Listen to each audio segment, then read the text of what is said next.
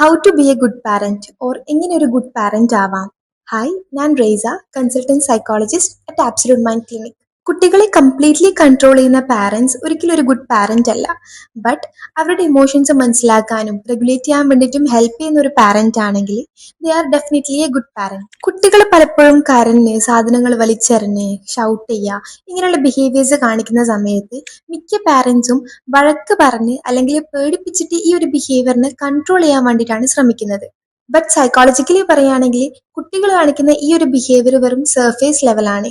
ശരിക്കുള്ള പ്രശ്നം അവരുടെ ഇമോഷനാണ് and it is the root cause of the behaviour. ഇങ്ങനെയുള്ള സമയങ്ങളിൽ പേരൻസ് സമാധാനപരമായിട്ട് അവരെ കേൾക്കുകയും മനസ്സിലാക്കാനും ശ്രമിച്ചാൽ കുട്ടികൾക്ക് മനസ്സിലാവും ദാറ്റ് ഐ ആം സേഫ്, എൻ്റെ ഫീലിങ്സ് ഇവിടെ മാറ്റർ ചെയ്യുന്നുണ്ട്, ഞാൻ ഇമ്പോർട്ടൻ്റ് ആണെന്നുള്ളത്.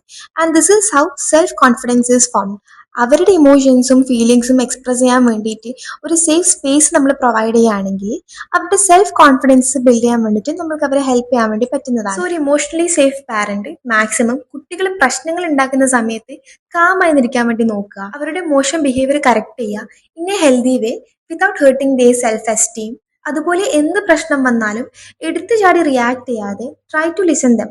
അവരുടെ സൈഡ് അവർക്ക് എന്താ പറയാനുള്ളതും കൂടി കേട്ടിട്ട് ഒരു ഡിസിഷൻ എടുക്കാൻ വേണ്ടി ശ്രമിക്കുക. So if you want A confident child in future, ഇന്ന് നിങ്ങൾ കുട്ടികളെ ഇമോഷണലി സേഫ് ആയിട്ടുള്ള ഒരു പാരന്റിങ്ങിലൂടെ വളർത്തിക്കൊണ്ടുവരാൻ വേണ്ടി ശ്രമിക്കുക.